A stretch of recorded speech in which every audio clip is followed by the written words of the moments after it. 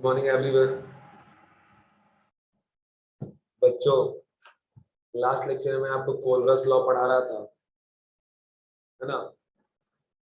कोलरस law मैंने आपको पढ़ा दिया था। क्या आपको कोलरस लॉ के किसी पॉइंट में दिक्कत है?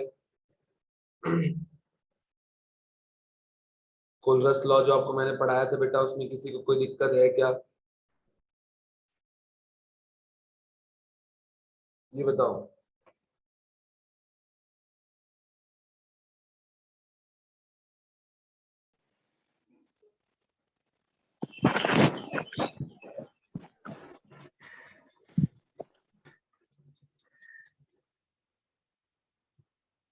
कोलरस लॉ में किसी को दिक्कत है बेटा? No sir, clear, okay, very good. चलिए, अब आगे आपको लेकर जाता हूं। कोलरस लॉ पढ़ा दिए थे, उसके प्रॉब्लम भी करा दिया था।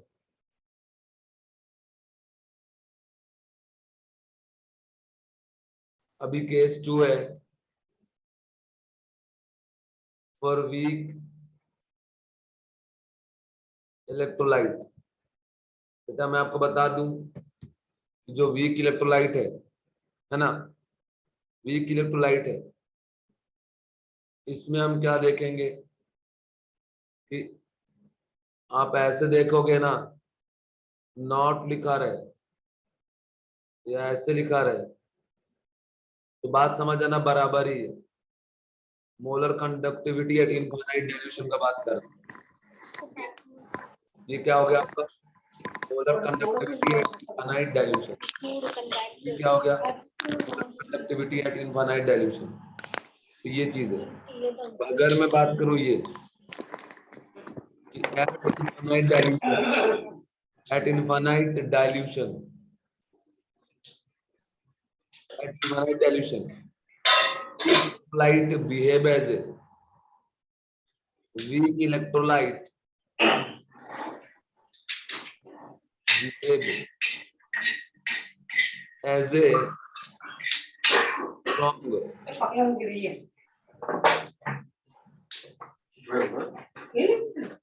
electrolyte। इस तरीके से यहाँ पे क्या होगा? At infinite dilution, weak electrolyte also behave as a क्या आपका? Strong electrolyte। मतलब जो वीक है वो स्ट्रॉन्ग की तरह बिहेव करेगा। ठीक है, ये हमारा कंसेप्ट। और जो भी जनरल फॉर्मूला स्ट्रॉन्ग में वैलिड था वो भी वीक में वैलिड हो जाएगा। ठीक है, समझ रहे हो? जो जनरल फॉर्मूला स्ट्रॉन्ग में वैलिड था वही यहाँ वैलिड होगा। जैसे अगर मैं आपको यहाँ बता दूं कि मान लो फर्स्ट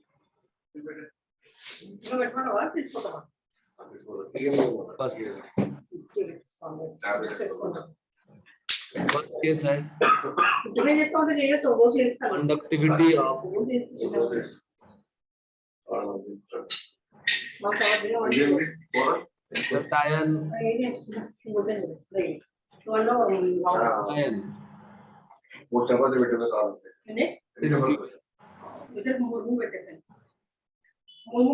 ठीक है, conductivity of cation and A9 is given.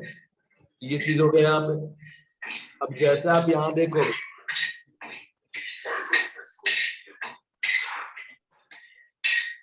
COOH, this is weak acid and behave as a weak electrolyte। अब क्या होगा? ये छूटेगा जाके पानी में,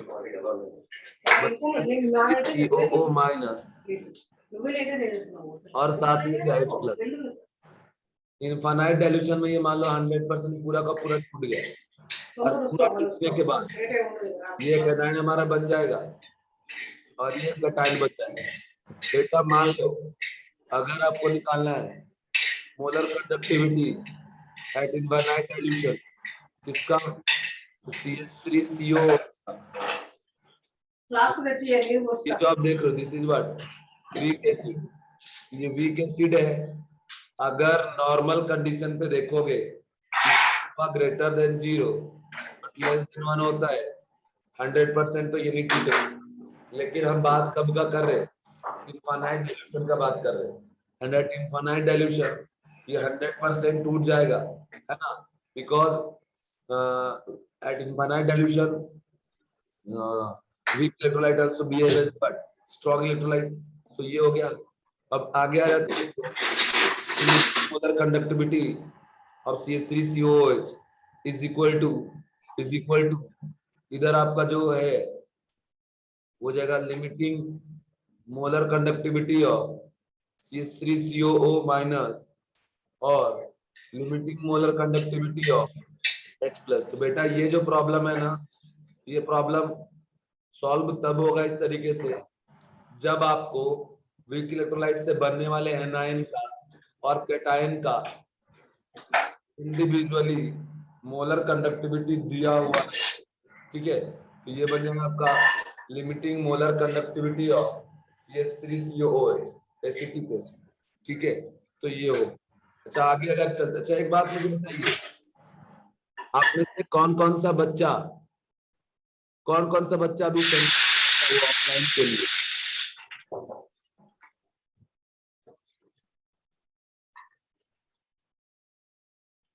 आप में से कोई है जो आता है सेंटर पे?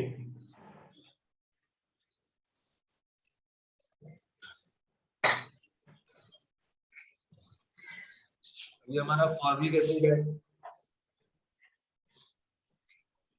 फॉर्मिक एसिड में क्या हो जाता है? फॉर्मिक एसिड में हो जाता है बच्चों कि भैया ये टूटेगा तो H प्लस और क्या आपका HCO माइनस, यानी कि limiting molar conductivity of HCOH is equal to limiting molar conductivity of H plus and HCO limiting molar conductivity of HCO minus. ये हमारा तरीका हो गया है ना. एक मोलर कंडक्टिविटी निकालने के पहले भी बता दिया और दूसरा यहाँ भी बता दिया, फॉर्मिक एसिड में बता दिया और एसिटिक एसिड में. लेकिन ये केस कब आप लगाओगे? जब लगाना जब वीक एसिड से बनने वाले एनायन और कैटायन का डायरेक्टली आपको दिया रहेगा. ठीक है, चलिए इसका आपको अब सेकेंड केस पे मैं लेके जाता हूँ. तो सेकेंड केस है, इस केस को ध्यान से देखिए और समझिए. अब यहाँ पे क्या कंडीशन बन रहा है? तो बन ये रहा है कि इन केस मान लीजिए कि कंडक्टिविटी ऑफ कैटायन और एनायन डायरेक्टली गिवन नहीं है, फिर आप क्या करोगे? तो यहाँ पे वही चीज बोल रहा है कि in this case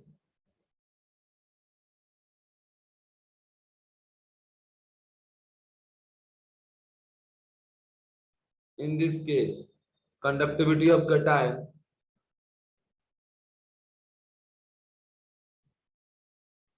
conductivity of cation and anion is not given,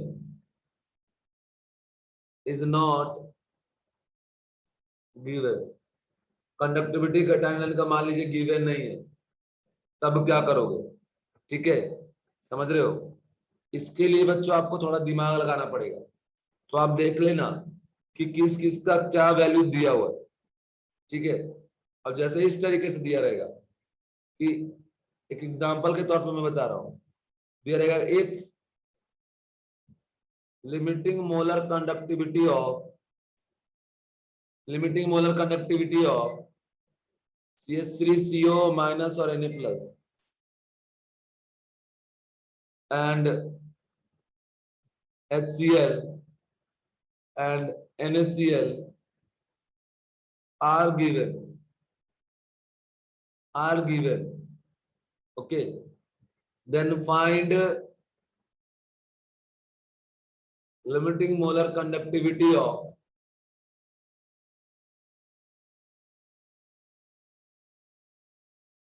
CH3COOH. तो फिर आप एसिड का मतलब CH3COOH का फाइंड आउट करोगे. क्या? Limiting molar conductivity. यही चीज यहां दिया हुआ है. पहली बात तो ये कि अगर कैटायन एनायन का डायरेक्टली दिया हुआ है तो डायरेक्ट अप्लाई कर दो, जो कैटायन बन रहा है जो एनायन बन रहा है ना. तो ये जो लिमिटिंग मोलर कंडक्टिविटी है ये कैटायन और ये नहीं, दोनों डायरेक्टली ऐड हो जाएगा, आ जाएगा आंसर। लेकिन मान लीजिए अगर ऐसा डायरेक्टली नहीं दिया हुआ है, फिर आप क्या करोगे? फिर यहाँ पे चिंता करने की कोई बात नहीं है ना। तो यहाँ पे आ जाएगा in this case conductivity of cation and anion is not given if limiting molar conductivity of this salt are given then find limiting। तो आप देखना बेटा कि यहाँ क्या क्या दिया हुआ है, जो दिया रहेगा हम इसके लिमिटिंग मोलर कंडक्टिविटी को उसी तरीके से एक्सप्रेस करेंगे। अब यहाँ लिख देंगे limiting molar conductivity of CH3COOH। लिखो पहले ऐसा, limiting molar conductivity of CH3COO minus और limiting molar conductivity of H plus। Expression तो यही आएगा, पर ये डाटा तो गिवन नहीं है, तो प्रॉब्लम में से सॉल्व करना पड़ेगा। मैं बताता हूँ, ध्यान से देखिए। Limiting molar conductivity of CH3COOH is equal to limiting molar conductivity of CH3COO minus और plus limiting molar conductivity of H plus. अब देखो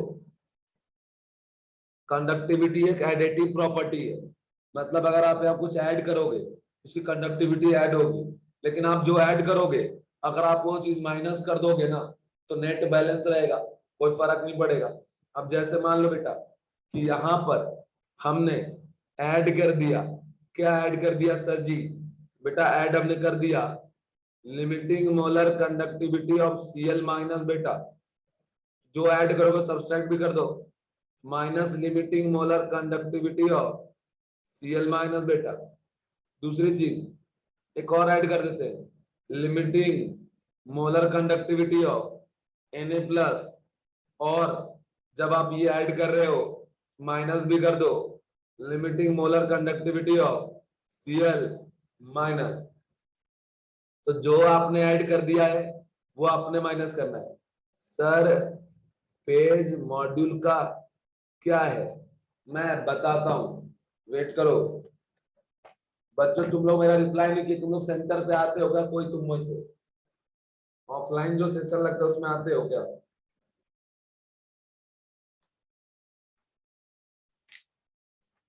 ये है बेटा पेज नंबर 77।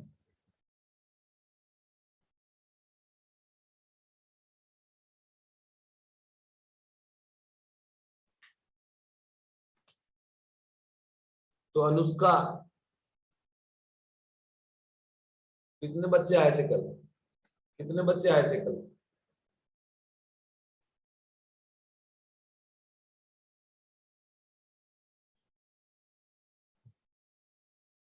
ओके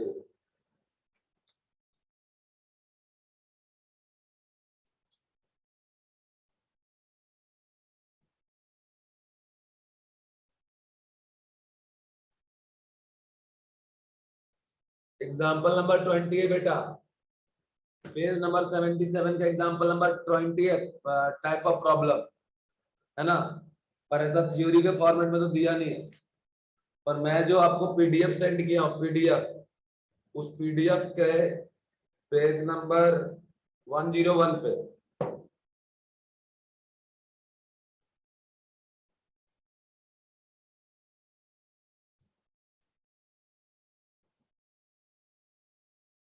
तो अब आप देखो हमने क्या किया है कि जो हमने ऐड किया यहाँ पे वो हमने माइनस कर दिया, जो हमने ऐड कर दिया वो माइनस कर दिया। अच्छा कुछ भी ऐड नहीं करेंगे, जो गिवन डाटा है ना, ये देखो क्या क्या है, CH3CONA मतलब Na दिख रहा है Na लाएंगे, Cl दिख रहा है Cl लाएंगे, जो जो दिखेगा एक्स्ट्रा वो हम लाएंगे।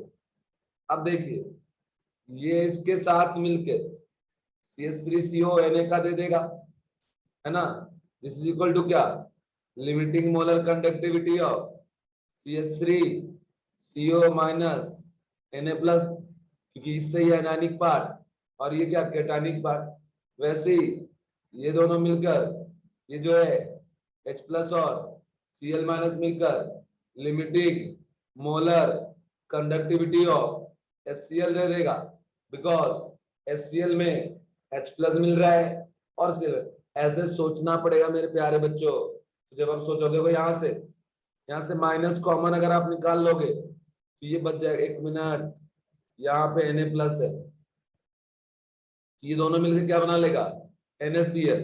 तो कुल मिला के सेटअप कैसा हो गया, लिमिटिंग मोलर कंडक्टिविटी ऑफ क्या, CH3COOH is equal to limiting molar conductivity of CH3CO minus Na plus, फिर plus limiting molar conductivity of, आगे जो आप देख रहे हो, इधर जो आप देख रहे हो, इधर जो आप देख रहे हो, ये देखो, ये दोनों मिलकर क्या देगा, H प्लस और क्या आपका Cl माइनस क्या देगा, HCl देगा बेटा, और minus of limiting molar conductivity of NaCl। तो आपके पास ये डाटा गिवन है, ये डाटा गिवन है, ये डाटा गिवन है, तीनों पुट कर दीजिए, पुट करके आंसर ले आइए। तो ये एक तरीका हो गया how to find limiting molar conductivity.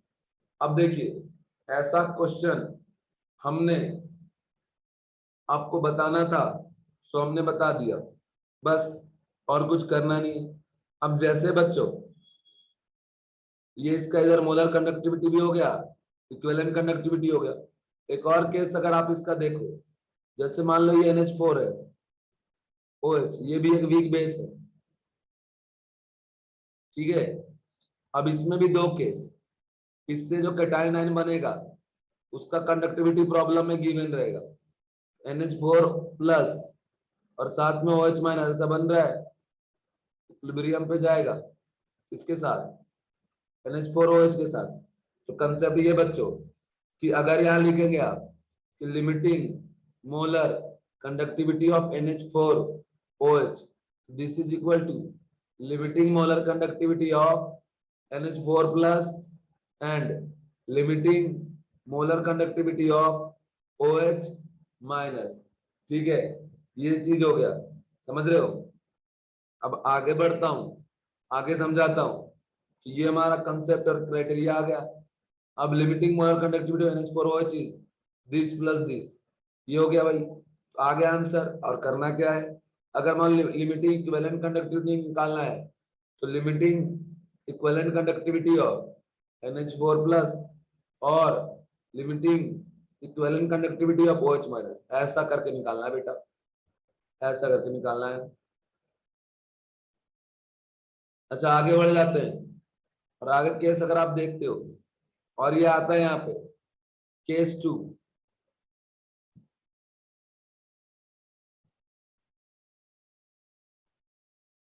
Find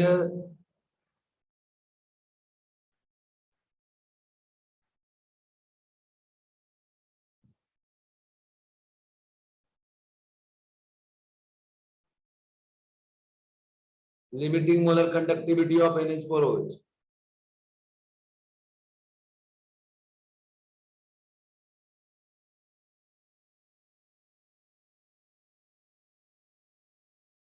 if limiting molar conductivity of NH4Cl, NaOH and NaCl is given,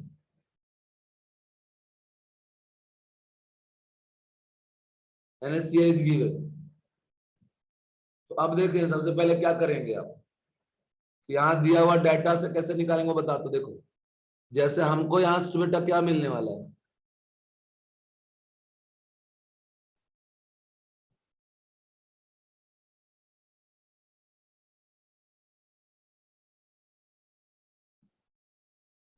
NH4 plus मिलने वाला है और साथ में क्या OH माइनस मिलने वाला है।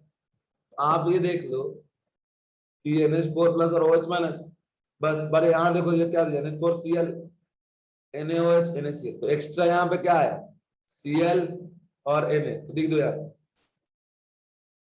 Na plus minus Na plus, Cl minus minus Cl minus, ये वाला इसके साथ मिलके NaOH बनाएगा, ये वाला इसके साथ मिलके NH4Cl बनाएगा, ये वाला इसके साथ मिलके NaCl बनाएगा। अब आगे बढ़ जाओ तो ऐसा आ जाएगा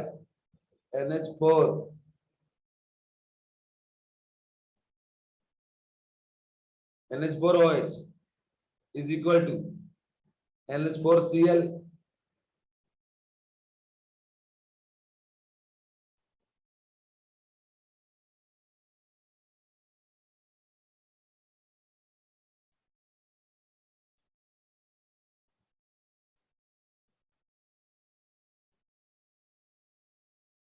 ये सेटअप हमारा बन गया। अब यहाँ पुट कर दो कि limiting molar conductivity of NH4OH is equal to limiting molar conductivity of NH4Cl plus limiting molar conductivity of NaOH and minus limiting molar conductivity of NaCl। बस हो गया, और कुछ करना नहीं, आ गया आंसर। चलिए ऐसे एक क्वेश्चन दिया हुआ है, एक क्वेश्चन जो कि एग्जांपल नंबर 21 है आपके मॉड्यूल में। एग्जांपल नंबर 21 बहुत बढ़िया क्वेश्चन है, पेज नंबर 77। इस क्वेश्चन में देखो बोल रहा है कि limiting molar conductivity of oxalic acid H2C2O4 और गिवन है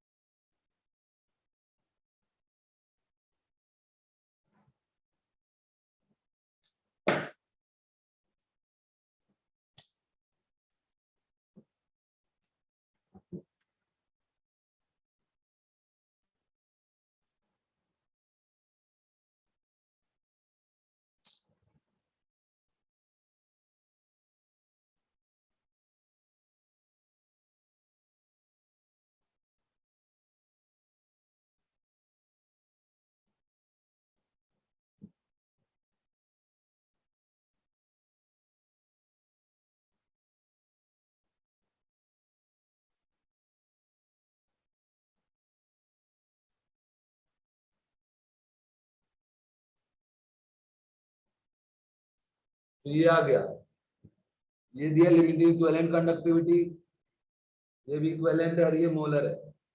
देखो इसका मोलर निकालना है, इसका भी मोलर निकाल लो। तो लिमिटिंग मोलर क्या होता है, इक्विवेलेंट इनटू क्या, एन फैक्टर, है ना। Limiting molar conductivity is equivalent to n factor, और इसका एन फैक्टर कितना है बच्चा, 2 है, क्योंकि 2 into 1 x into y करो 2 हो जाएगा, ये हो जाएगा आपका 800 इसके लिए Na2C2O4 के लिए। यहाँ पे आ जाएगा आपका लिमिटिंग मोलर कितना, यहाँ भी एन फैक्टर 2 है तो यहाँ पे आ जाएगा 900। पहले तो मोलर कंडक्टिविटी आप निकाल लो, तो आपने क्या किया, निकाल लिया। अब चलते हैं, देखो बेटा फिर से मेरी बात सुन लो कि ये जो Na2C2O4 है इसका एन फैक्टर 2 होता है, इसीलिए इक्विवेलेंट में अगर आप 2 मल्टीप्लाई कर दोगे तो मोलर आ जाएगा जिसका वैल्यू क्या हो गया, 800 हो गया। ठीक है, अब अगर इधर आ गए आप limiting equivalent conductivity of Na2SO4 में, तो ये 450 के बराबर है ना। ये किसके बराबर है, 450 के बराबर। अब इसमें भी 2 मल्टीप्लाई कर देंगे, ये 900 आ गया। अब देखो हमारे को H2C2O4 है, ये जब टूटेगा तो ट्वाइस ऑफ H प्लस और C2O4 -2 देगा। लेकिन बेटा जो डाटा है वो H2SO4 और Na2SO4 में है।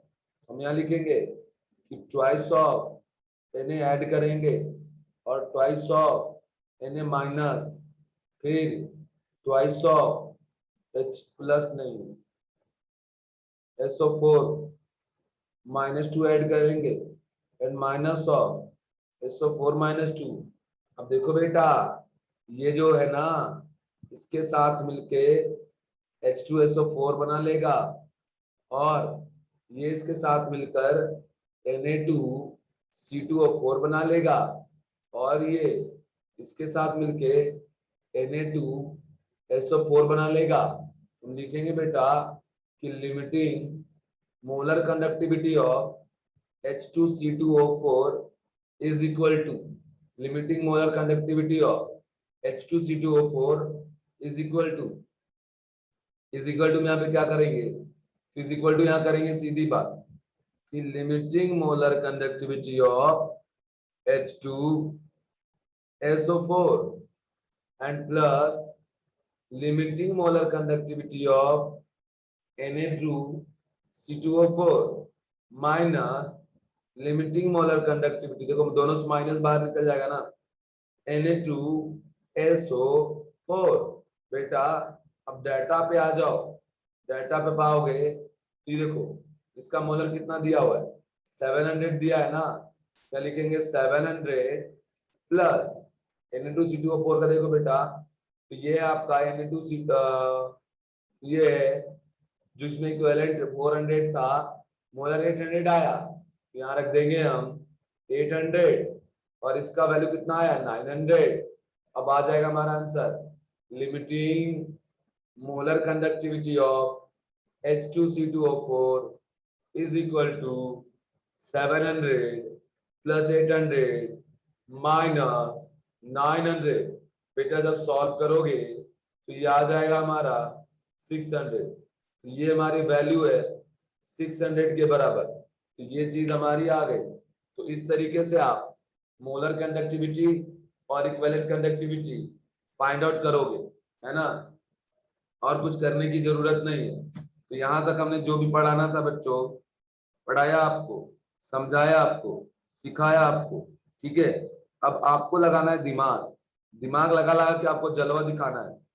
जब भी क्वेश्चन मिल जाए उसको बहुत अच्छे तरीके से सॉल्व करना है, और कुछ भी इसको टेंशन लेने की जरूरत नहीं है, ठीक है। चलिए अब आगे बढ़ता हूं।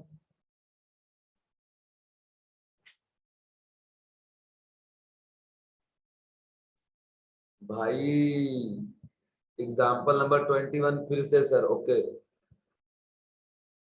ये देखो एग्जाम्पल नंबर 21 है ये, इसमें लिमिटिंग मोलर कंडक्टिविटी H2C2O4 का लिमिटिंग मोलर कंडक्टिविटी निकालना है, और इक्विवेलेंट कंडक्टिविटी ऑफ Na2C2O4 दिया हुआ है, Na2SO4 दिया हुआ है, H2SO4 का मोलर दिया हुआ है।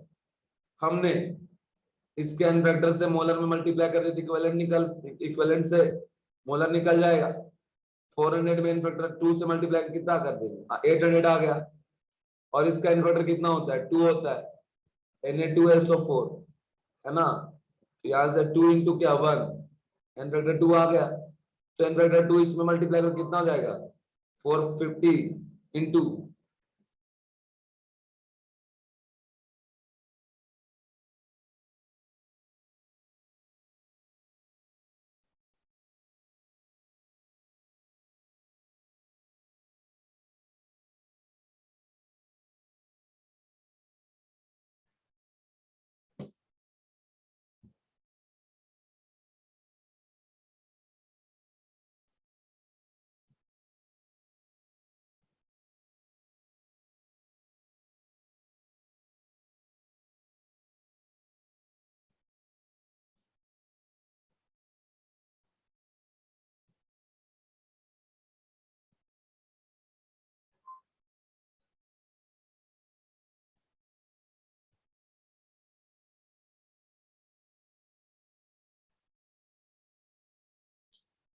तो ये यहाँ पे आ गया आपका मोलर निकल गया, ये इक्विवेलेंट है, और ये आपका आपका इधर इक्विवेलेंट है, ये सारा कुछ आ गया इधर। अब अगर आगे आ जाए, H2SO4 को हमने ब्रेक किया twice of H plus and C2O4 minus 2 में। अब इसमें हमने SO4 माइनस 2 ऐड कर दिया और सब्सट्रैक्ट कर दिया, Na प्लस ऐड कर दिया, सब्सट्रैक्ट कर दिया। ये दोनों मिलके H2SO4 बन गया, ये दोनों मिलके Na2CO4 बन गया, और ये दोनों मिलके Na2SO4 बन गया। तो ये हो गया दोनों ऐड, और ये माइनस, इसकी वैल्यू 700 है, ये 800 है, और ये 900 है। वही हमने कर दिया, 700 प्लस 800 माइनस 900, तो ये कितना आ गया आपका 600 आ गया। ठीक है, तो ये आ गया हमारा कंसेप्ट। तो ये चीजें हमने यहाँ तक आपको पढ़ा दिया। अब आगे बढ़ता हूँ, आगे केस आप देखो। नेक्स्ट केस हमारा ये है कि determination of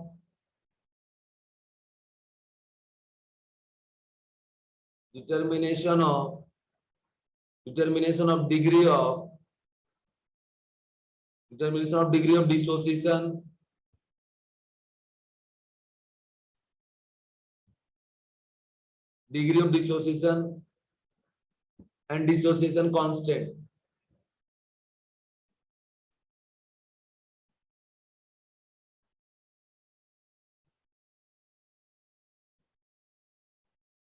For weak electrolyte.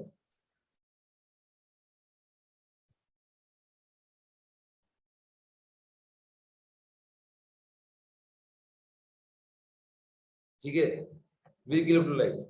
ध्यान से देखो, मान लीजिए अगर कोई वीक इलेक्ट्रोलाइट आप लेते हो तो नॉर्मली अल्फा वैल्यू इसका ग्रेटर देन 0 और लेस देन 1 होता है। ठीक है ना, समझ रहे हो मेरी बात? अब अगर बता दें हम आपको यहाँ पे कि भैया ऐसा हम बात करें at volume tends to be, है ना, एट टाइम टी, तो यहाँ पे डीओडी जो है वो अल्फा के बराबर होगा, and molar conductivity directly proportional to what, alpha, because जितना ज्यादा आयन जनरेट होगा उतना होगा मोलर कंडक्टिविटी ज्यादा। और अगर बी टेंड्स टू इंफिनिटी कर दिए एट इनफाइनाइट डाइल्यूशन,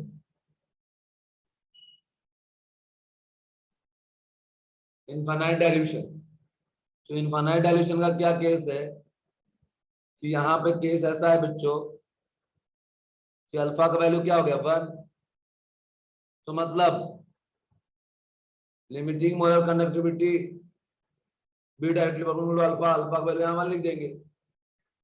अब मान लो यहाँ कोई कांस्टेंट आ गया, कोई भी एबीसीडी, ए अल्फा, और यहाँ भी आ गया limiting molar conductivity is equal to a into 1, ये हमारा 1, ये हमारा 2, दोनों को डिवाइड कर दो तो molar conductivity is a alpha by limiting molar by क्या आपका 1, है ना, ए कट गया तो क्या आ गया, molar conductivity is equal to alpha into limiting molar conductivity. ये भी एक रिलेशन आ गया हमारा, इस रिलेशन को भी आपको ध्यान में रखना पड़ेगा।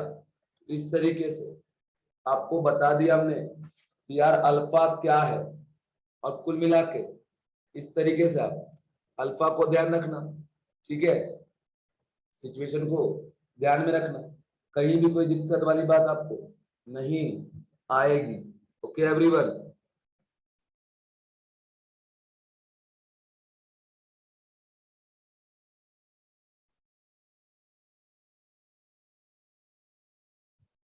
बस समझ में आ रहा है सभी को? बताओ, ये चीज आ गया यहाँ से।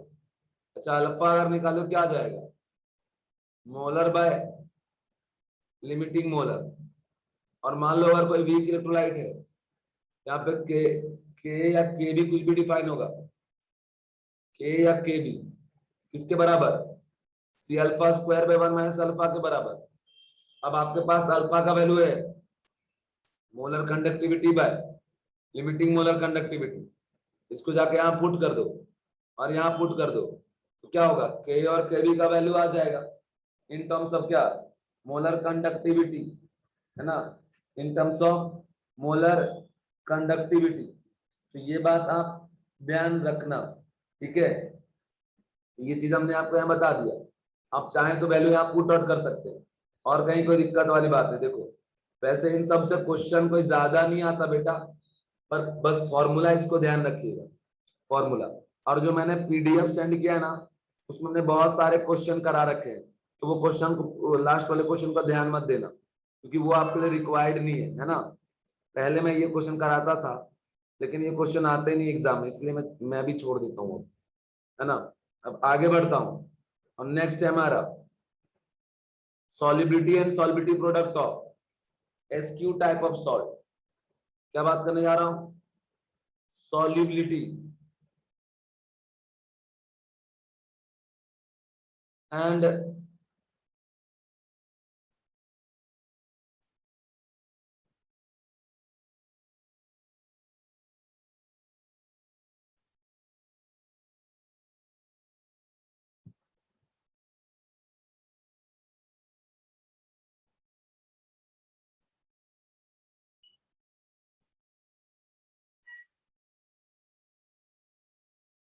solubility and solubility product of SQ type of salt.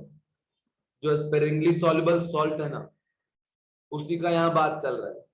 किस चीज का बात चल रहा है? तो सॉल्युबिलिटी और सॉल्युबिलिटी प्रोडक्ट का बात चल रहा है। अगर आप बात को यहाँ समझे तो सीधी बात समझ लो कि SQ टाइप का सॉल्ट होता क्या है? स्पेरिंगली सॉल्युबल सॉल्ट, ठीक है। SQ का मतलब होता है स्पेरिंगली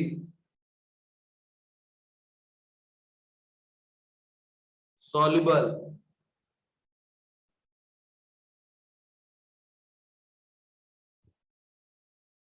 सॉल्ट। तो जो SQ टाइप का सॉल्ट है वो हो गया स्पेरिंगली सॉल्युबल सॉल्ट, है ना। और स्पेरिंगली सॉल्युबल सॉल्ट का मतलब क्या? जिसका सॉलिबिलिटी बिल्कुल निग्लिजिबल हो, बहुत ज्यादा सॉल्युबल ना हो, है ना, ना के बराबर सॉल्युबल, उसको स्प्रिंगली सॉल्युबल सॉल्ट। और स्प्रिंगली सॉल्युबल सॉल्ट के लिए ही तो सॉलिबिलिटी डिफाइन होता है ना। तो कंसेप्ट ये है बच्चों, Sprüngli soluble salt means what? Very small solubility, very small solubility, very small solubility. ये चीज हो गया हमारा। अब कंसेप्ट ये है कि जैसे नॉर्मली किसी सॉल्यूशन में मोलारिटी डिफाइन होता है, मोलारिटी डिफाइन होता है, वैसे स्प्रिंगली सॉल्युबल के सॉल्ट के केस में यहां पे सॉल्युबिलिटी भी डिफाइन होता है, मोलारिटी की तरह सॉल्युबिलिटी डिफाइन होता है। ये बात आप ध्यान रखना, ये केस आप ध्यान रखना। मोलारिटी की तरह सॉल्युबिलिटी डिफाइन होता है, मोलारिटी को हम S से रिप्लेस कर सकते हैं, बिकॉज जब भी आप बात करते हो तो क्या होता है? Saturated solution of SQ type of salt is assumed to be diluted because SQ is very low solubility। Sprüngli soluble salt का सॉल्युबिलिटी बहुत कम होता है, तो जो मोलारिटी है ना, वहां पे हम लोग S ले सकते हैं कॉन्सेंट्रेशन। अब जैसे अगर हम बात करें कि हमने बहुत ज्यादा उसको डाइल्यूट किया है, उस टाइम पे जितना उसको सॉल्युबल होना था वो हुआ। अब कंसेप्ट अगर आप यहाँ देखोगे तो अगर हम बात करें बच्चों, अगर हम बात करें तो कंसेप्ट ये है, मोलर कंडक्टिविटी हो या लिमिटिंग मोलर कंडक्टिविटी हो, सॉल्युबिलिटी में कोई फर्क नहीं पड़ता, क्योंकि इक्विलिब्रियम पे चला जाता है। And this value is equal to kappa into 1000 by m। पर अब m के पोजीशन पे s आ जाएगा सॉल्युबिलिटी। तब यहां से s का वैल्यू क्या हो गया? Kappa into 1000 by limiting molar conductivity, ये s आ गया। अब अगर मान लीजिए AB टाइप का सॉल्ट है, ultra A प्लस और B माइनस, सॉल्युबिलिटी S तो ये S बनेगा और ये S बनेगा, KSP क्या हो जाएगा? S का स्क्वायर S इंटू S। अब S आपको पता ही है, S का वैल्यू पता है, कप्पा और लिमिटिंग मोलर कंडक्टिविटी के टर्म्स में इस वैल्यू को वहां जाके पुट कर देंगे तुम्हारा आ जाएगा, है ना, इसमें भी कोई टेंशन नहीं है बच्चों, फॉर्मूला ही ध्यान रखना और इससे ज्यादा कोई क्वेश्चन कहीं आने वाला नहीं है। बाकी हमने इससे रिलेटेड पहले क्वेश्चन भी कराया है, पर जरूरत नहीं है उसका, है ना, ध्यान रखने की बस फॉर्मूला जरूरत है, और कुछ करने की यहाँ जरूरत नहीं है। आगे बढ़ता हूं अब, और नेक्स्ट हमारा है कि determination of ionic product and dissociation constant of water, है ना, आयनिक प्रोडक्ट का डिसोसिएशन कांस्टेंट या कैसे निकालेंगे, ये चीज आप ध्यान रखना। एक फॉर्मूला छोटा सा बता रहा हूं कि भैया डिटर्मिनेशन ऑफ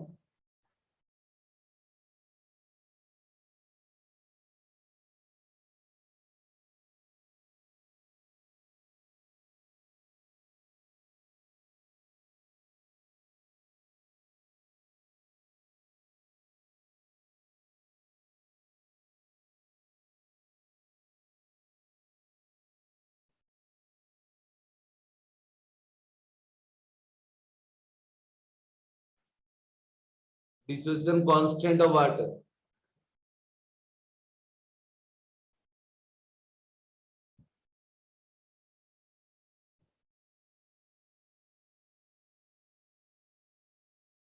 ये जो आपका है determination of ionic product and dissociation constant of क्या, वाटर। अब इसमें क्या है, जैसे वाटर टूटता है ना बेटा, जनरली वाटर इस फॉर्म में रहता है H प्लस और OH माइनस के फॉर्म में, है ना, तो हम ये लिख सकते हैं कि molar conductivity is equal to 1000 into kappa by concentration of H plus, ठीक है ना, और इनफाइनाइट डाइल्यूशन भी करा दो, वाटर का कोई फर्क पड़ने वाला है नहीं, तब भी 1000 into kappa divide by concentration of H plus, तो हर बार आपका यही रहेगा, यहां से H प्लस निकाल सकते हो in terms of limiting molar conductivity. तब छोटे छोटे फॉर्मूला है, इसमें कहीं कोई दिक्कत नहीं है ना।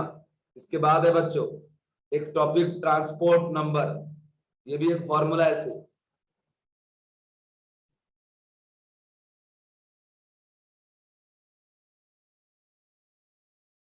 Transport number. अब ये ट्रांसपोर्ट नंबर क्या है, ट्रांसपोर्ट नंबर एक तरीके से बच्चों फ्रैक्शन है ना, टोटल करंट में से कितना करंट फ्लो कर रहा है आयन के थ्रू, उसी को ट्रांसपोर्ट नंबर बोलते हैं। तो यहां से हम ये लिख सकते हैं कि transport number define for ion, transport number ion के लिए डिफाइन होता है, और टोटल जितना करंट है उसमें से कितना पार्ट आयन ने ट्रेवल करवाया, वही कहलाता है हमारा ट्रांसपोर्ट नंबर। बात समझ में आई, कितना पार्ट आयन ने ट्रेवल करवाया वही कहलाएगा बेटा हमारा ट्रांसपोर्ट नंबर। तो इसका फॉर्मूला हो जाता है transport number is equal to molar conductivity of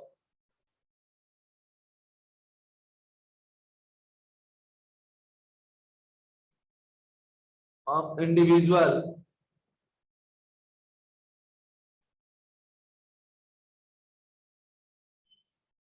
ion divide by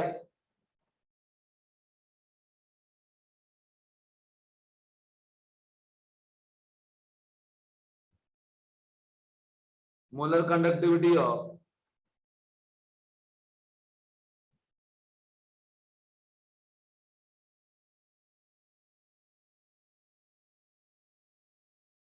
molar conductivity of electrolyte.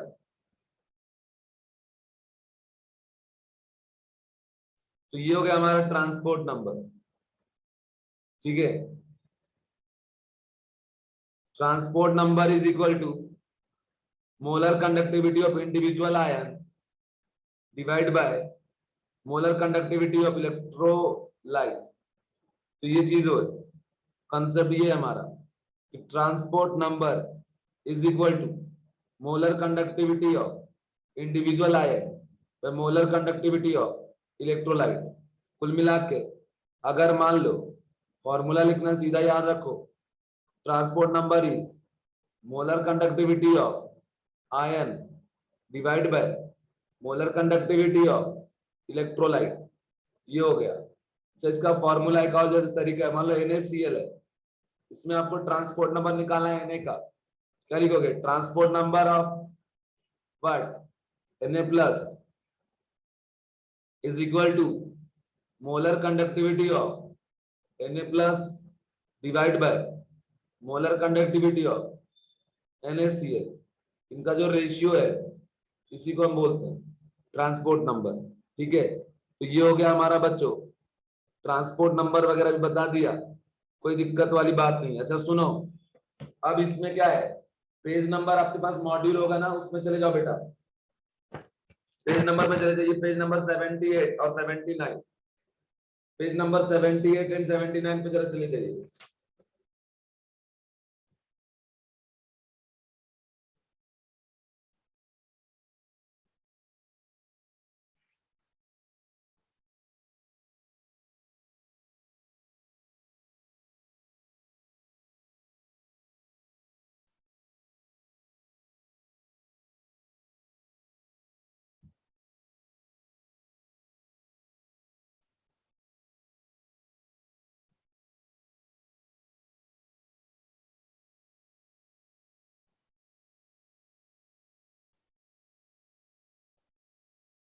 तो ये चीज यहाँ पे जो आप देख रहे हो, एक आ गया पेज 70 और 79 फ्रॉम मॉड्यूल।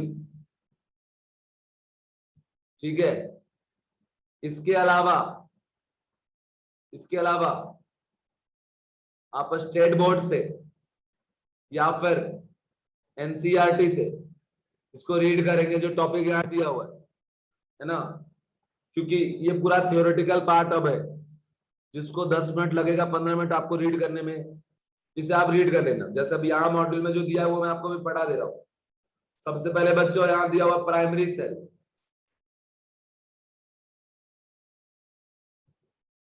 Primary cell. अभी प्राइमरी सेल क्या है भैया, इसमें सीधी बात, ऐसा सेल जो रिचार्ज होना पॉसिबल ना हो उसको हम प्राइमरी सेल बोलेंगे, जिसमें रिचार्ज होना पॉसिबल ही नहीं है, तो ये प्राइमरी सेल हो गया। ठीक है, और दूसरा यहां पे बोलता है भैया कि इसका ई ऑफ सेल जो होता है ना, ये क्या रहता है आपका? कांस्टेंट रहता है। ठीक है, अब यहाँ पे जो सब्सटेंस यूज होता है वो इधर प्योर सॉलिड रहेगा या तो प्योर लिक्विड रहेगा, दोनों में से कोई एक रहेगा, इधर प्योर सॉलिड या फिर प्योर लिक्विड रहेगा। ठीक है, तो ये हो गया प्राइमरी सेल। नेक्स्ट हमारा secondary cell.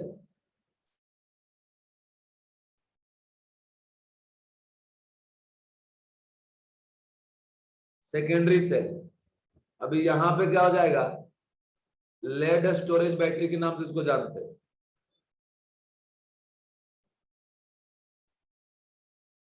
Lead storage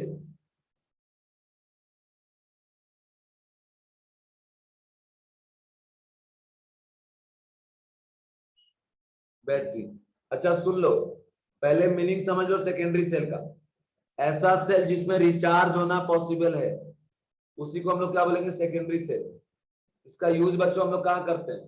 car में, बाइक्स में, ऑटोमोबाइल्स जो भी है, इसको सेकेंडरी सेल। अब इसमें अलग अलग टाइप का है, एक है हमारा लेड स्टोरेज बैटरी। तो लेड स्टोरेज बैटरी में बच्चों हम लोग एनोड बनाते हैं किसका? लेड का।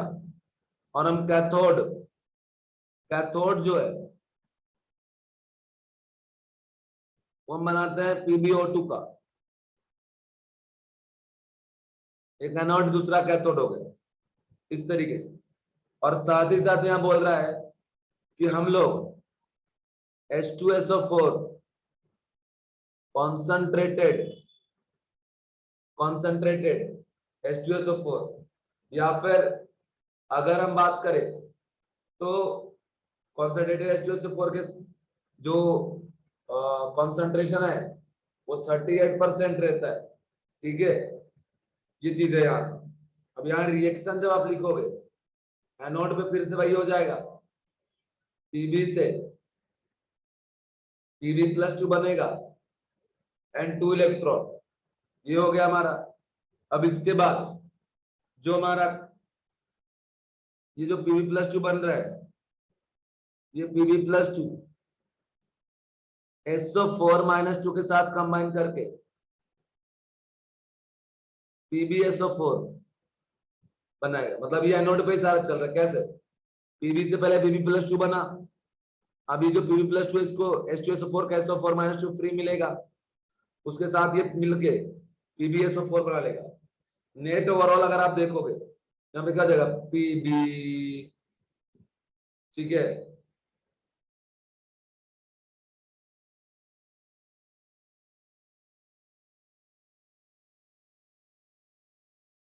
तो ये बन गया आपका, और साथ में यहाँ पे आ गया 2 इलेक्ट्रॉन।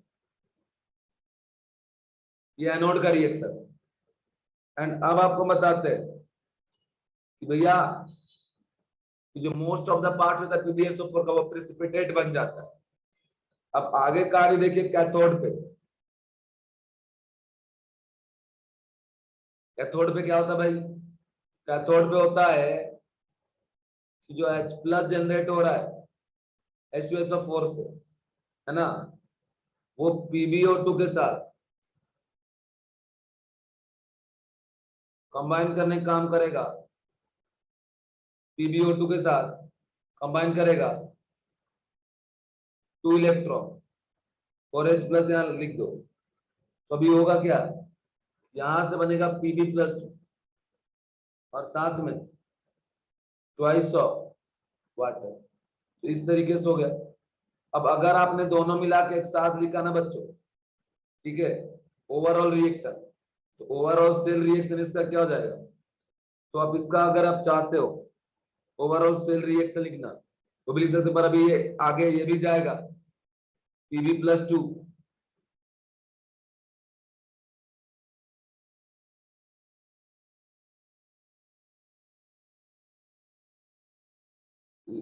PbSO4 बना लिया सॉलिड। ओवरऑल अगर आप ऐड करेंगे ये कैंसिल आउट हो जाएगा, यह हो जाएगा क्या आपका 2 इलेक्ट्रॉन +4 H+ प्लस PbO2 और प्लस SO4 - 2, ठीक है। क्या हो जाएगा PbSO4 और प्लस क्या, ट्वाइस ऑफ H2O और प्लस क्या PbSO4। ये इस तरीके से हम करेंगे प्रॉब्लम। तो ये कैथोड रिएक्शन आ गया। फिर बच्चों हम लोग ओवरऑल सेल रिएक्शन कैसे लिखेंगे? एनोड वाले नेट को कैथोड वाले नेट से ऐड कर देंगे तो आ जाएगा। तो ये एग्जैक्ट आपको याद ही करना पड़ेगा बेटा, पर क्वेश्चन जेईई नीट में बहुत निग्लिजिबल आता है इस सेक्शन से, है ना, पर फिर भी आप इसको ध्यान रखना। देखिए यहाँ नोट करके एक पॉइंट बना के दिया हुआ है कि during the working of cell discharge H2SO4 will be consumed, so its concentration in the solution decreases. Hence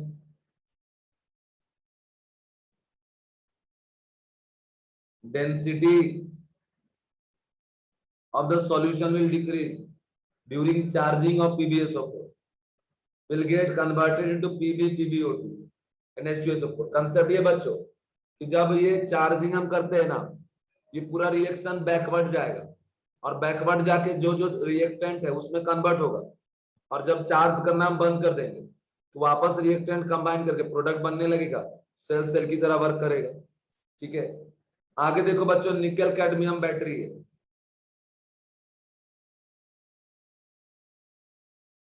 निकल कैडमियम बैटरी। अब यहाँ भी वही चीज है बच्चों, cell reaction of E of cell जो होता है ना, ई ऑफ सेल, ये क्या रहता है आपका कांस्टेंट रहता है, and cell reaction in pure solid and liquid में होता है। अब जैसे यहाँ पे क्या है, तो एनोड बना गया कैडमियम का और कैथोड बनाया गया है निकल के डाइऑक्साइड का, और एनोड है कैडमियम का। वैसे यहाँ पे भी एक इलेक्ट्रोलाइट का भी यूज किया गया है, इलेक्ट्रोलाइट, और ये पोटासियम हाइड्रोक्साइड KOH। अब इसमें एनोड का जो रिएक्शन है उसमें कि CD twice of OH minus के साथ मिलके CdOH ट्वाइस और प्लस 2 इलेक्ट्रॉन में कन्वर्ट हो गया। अब कैथोड पे आप जाओगे, ये तो एनोड रिएक्शन हो गया। कैथोड रिएक्शन में अगर आप जाते हो तो आ जाता है कि NiO2 में आपने ऐड करना है 2 इलेक्ट्रॉन और प्लस ट्वाइस ऑफ क्या आपका वाटर। यहां से जाएगा निकेल का हाइड्रोक्साइड NiOH ट्वाइस और plus twice of OH minus, twice of OH minus. तो ये चीज हो गया हमारा, ये कंसेप्ट हो गया हमारा। अब दोनों को ऐड करोगे ओवरऑल, फिर आप लिख दोगे बस, कुछ करना ही नहीं बच्चों। ऐसे फिर होता है फ्यूल सेल, होता है फ्यूल सेल।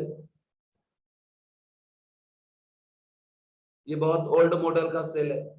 जैसे H2O2 एक फ्यूल सेल हो गया और दूसरा आपका CH4O2 फ्यूल सेल हो गया।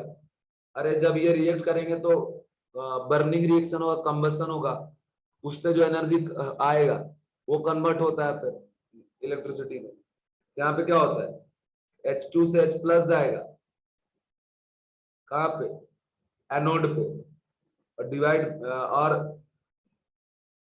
कैथोड पे जा रहा है भैया 4H plus.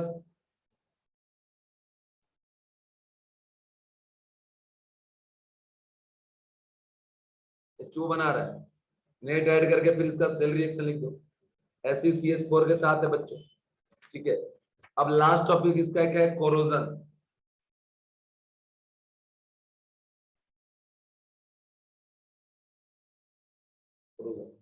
What is corrosion बेटा?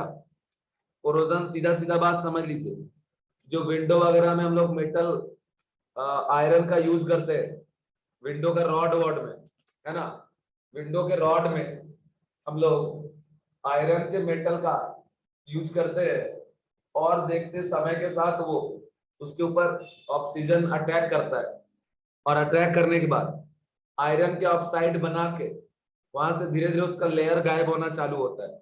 उसी को हम लोग कोरोजन बोलते हैं बेटा।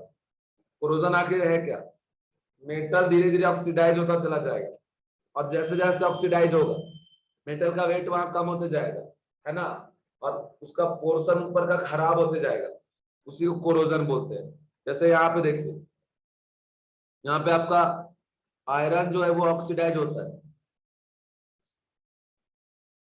ऐसे, एंड ये जो O2 है ये रिड्यूस हो जाता है।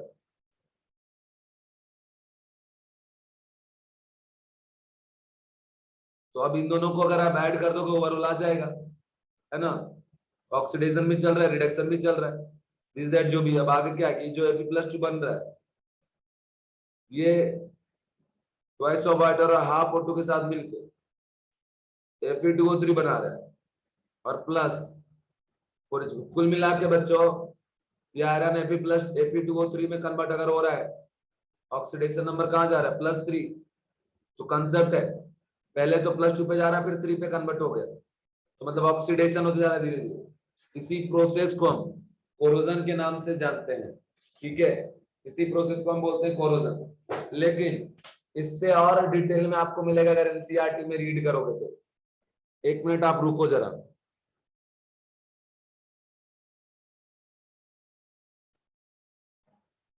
एक मिनट रुको बच्चों, मैं एनसीईआरटी का पेज लेके आता हूँ।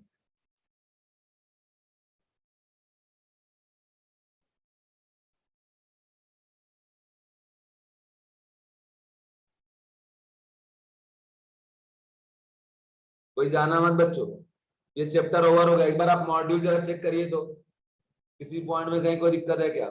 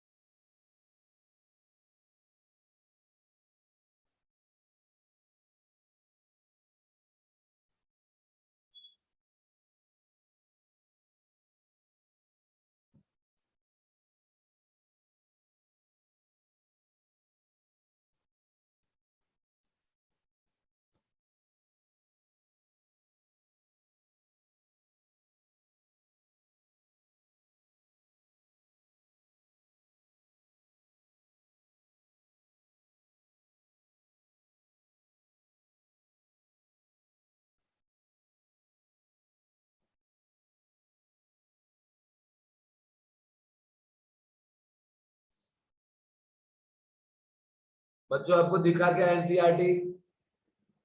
एक बार प्लीज रिप्लाई करो बेटा, क्या एनसीईआरटी आपको दिखा?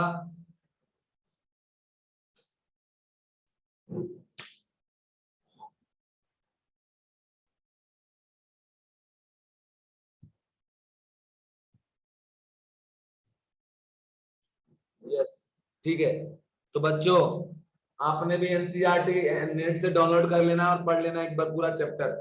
नीट वाले बच्चे ये काम आज कर लेंगे, आज का वर्क यही है, read NCERT and solve problem exercise Intex जो भी। देखो ये जो हमारा फर्स्ट पेज है इसको देखिए, यहाँ पे क्या क्या दिया है बच्चों। बाद में हम लोग ऐसे एनसीईआरटी से भी रिवीजन करेंगे, जब सिलेबस पढ़ा के हो जाएगा ना, ऐसे पूरा आपको रिवीजन कराऊंगा मैं। यहाँ पे जैसे अब ये देखो सारा चीज यहाँ दिया हुआ इस तरीके से, एक एक लाइन आपको बता दिया जाएगा, टेंशन नहीं लेने का। ये सब हो गया यहाँ का।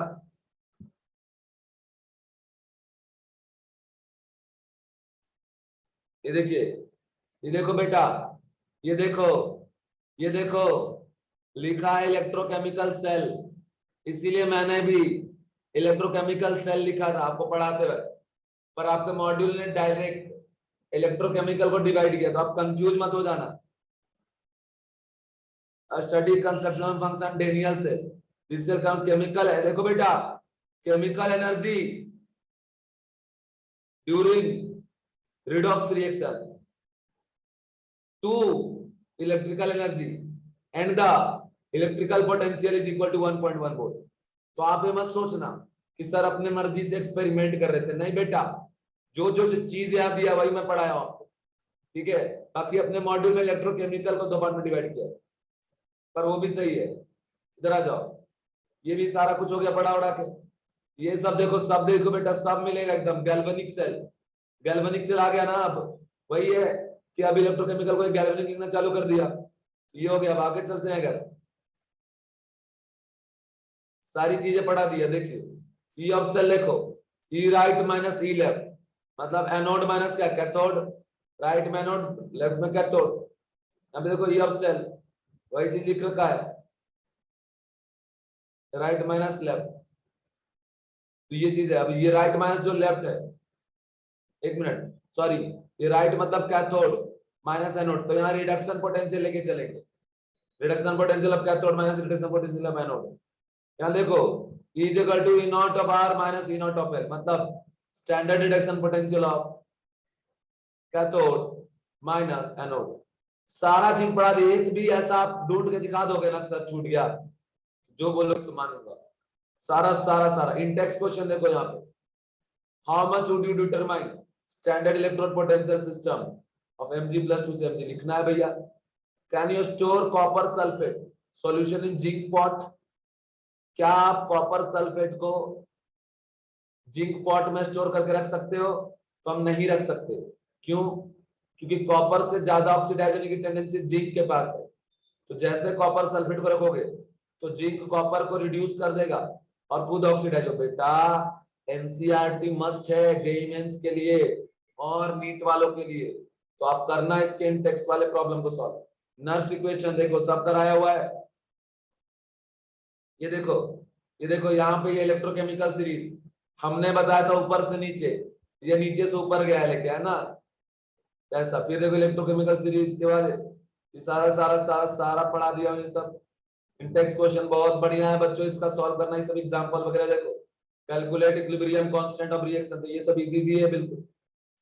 सारा सारा हो गया इधर, सारा बिल्कुल बिल्कुल। देखो इधर ये देखो जी, है ना, इसी बोलते थे क्या, सेल कांस्टेंट।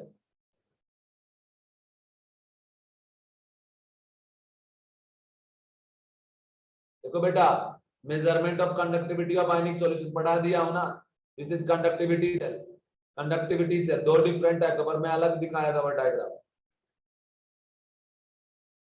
देखो ये चीज हमने यहां से उठाया था, ये जो हमने आपको बताया था वो यहाँ एनसीईआरटी से। देखो R1 R2 R3 R4 and this is connected with क्या आपका कंडक्टिविटी। तो पूरा मेरा जो टॉपिक होता है वो एनसीईआरटी के थ्रू हम चलते हैं, है ना। पूरे एनसीईआरटी सिलेबस को फॉलो करता हूँ बेटा। देखो एक एक चीज बताया, डंके की चोट पे आपको बता रहा हूँ, कुछ भी आप यहाँ पे ढूंढ नहीं सकते कि आपको छूटा है। मोलर कंडक्टिविटी हो, इक्विवेलेंट, सारा सारा देखो, ये सब क्वेश्चन जरा देख लेना। Variation of molar conductivity with concentration सब बताए। देखो ये ग्राफ देख रहे हो, ये ग्राफ है बेटा। स्ट्रॉन्ग इलेक्ट्रोलाइट के लिए अलग होगा, इधर देखो, ये देखो straight line, this is limiting molar conductivity. ये देखो KCl का NaCl से मान, देखो सारा चीज यहाँ पे।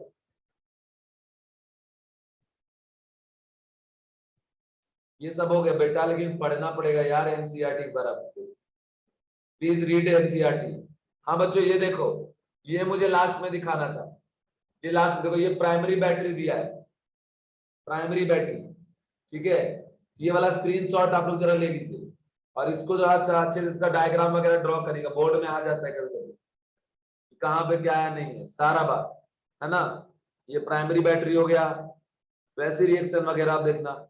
ये बच्चों हमारा कौन सा बैटरी है, जो घड़ी में यूज करते हैं, है ना, समझ रहे हो। फिर ये देखो secondary battery, lead storage battery, this is lead storage battery. सारा रिएक्शन वगैरह तो बता दिया हूं, पर ये उसका डायग्राम है ना। Lead storage battery 38% sulphuric acid, है ना, PbO2, और लेड का एनोड, PbO2 का कैथोड, सारा चीज है। इसके बाद इधर देखिए, कैडमियम और निकल वाला जो बैटरी था वो है ये देखो फ्यूल सेल।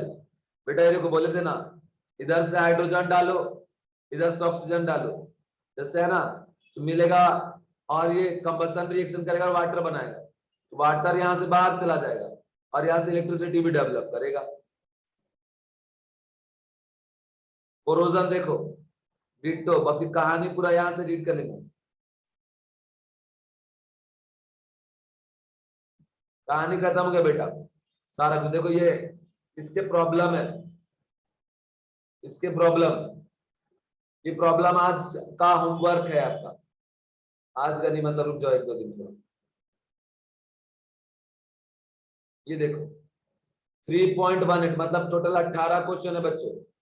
अगर आपने इसको एक बार सॉल्व कर लिया ना, आपको मजा आ जाएगा, मतलब सारे 18 के 18 क्वेश्चन आपसे सॉल्व होंगे, ठीक है।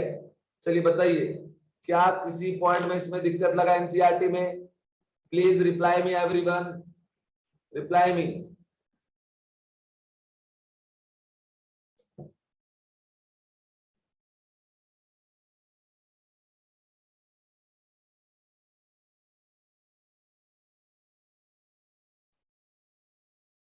बताओ जरा मुझे, क्या किसी पॉइंट में डाउट है?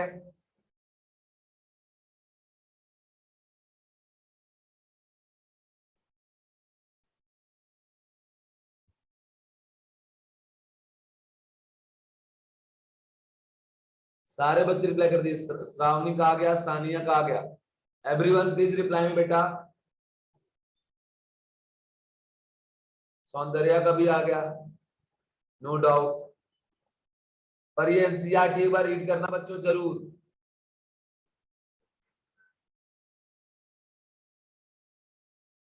एनसीईआरटी रीड करना कंपलसरी है बेटा, एनसीईआरटी नहीं करोगे दिक्कत आ गया बाद में।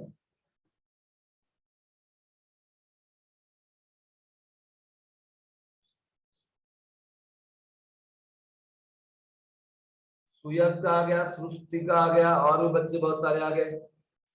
चलिए वेरी गुड, चलिए तो फिर ठीक है फिर।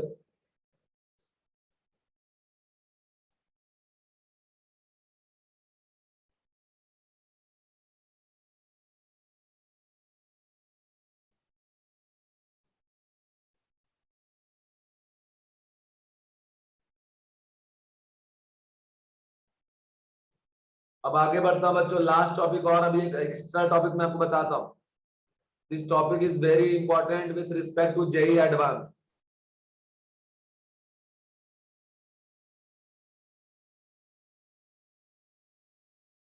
और इसके क्वेश्चन आ चुके हैं एग्जाम में डायरेक्ट, इसलिए मैं आपको ये पढ़ा रहा हूं। इसको हम लोग बच्चों बोलते हैं कंडक्टोमेट्रिक टाइट्रेशन।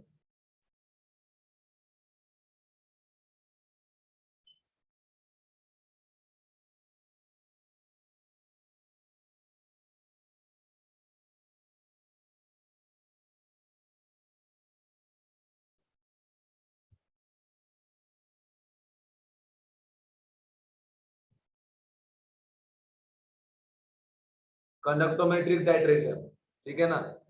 ये जो आप देख रहे हो ये टॉपिक जेई एडवांस के लिए, लेकिन जेई मेंस और नीट में कहीं कहीं का इजी प्रॉब्लम मिल जाता है, ठीक है। कुल मिला के बच्चों यहाँ टाइट्रेशन हम कराएंगे और टाइट्रेशन करा के कंडक्टिविटी चेक करेंगे। तो कंसेप्ट ये आता है कंडक्टिविटी या तो इंक्रीज होगा या डिक्रीज होगा टाइट्रेशन के बाद, है ना। तो वही चीज हमको यहाँ पे देखना है। तो टाइट्रेशन जैसे आपने पढ़ा था ना, acid based titration, redox titration, वैसी भी टाइप होता है कंडक्टोमेट्रिक टाइट्रेशन। बहुत इजी है, बहुत आसान है, बस ध्यान रखिएगा। आपको समझा दूंगा मैं, भी चिंता नहीं करना है।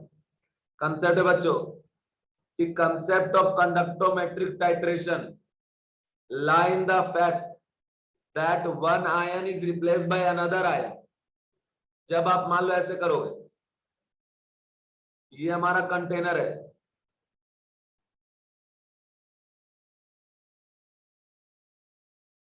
मतलब ये बीकर और ये ब्यूरेट,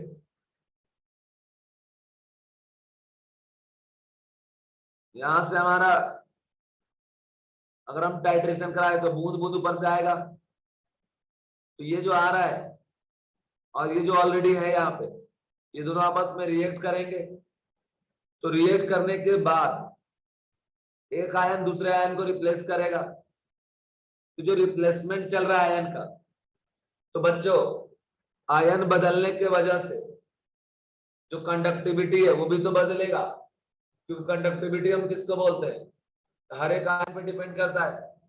तो कंसेप्ट ये कि भैया कंडक्टोमेट्रिक टाइट्रेशन में यही चीज है कि अगर आप टाइट्रेशन करा रहे हो तो टाइट्रेशन के पहले की कंडक्टिविटी क्या थी और टाइट्रेशन के बाद की कंडक्टिविटी क्या है, इस चीज को डिटेल में हम देखते हैं in case of conductometric titration, ठीक है ना। और ज्यादा कुछ भी नहीं है।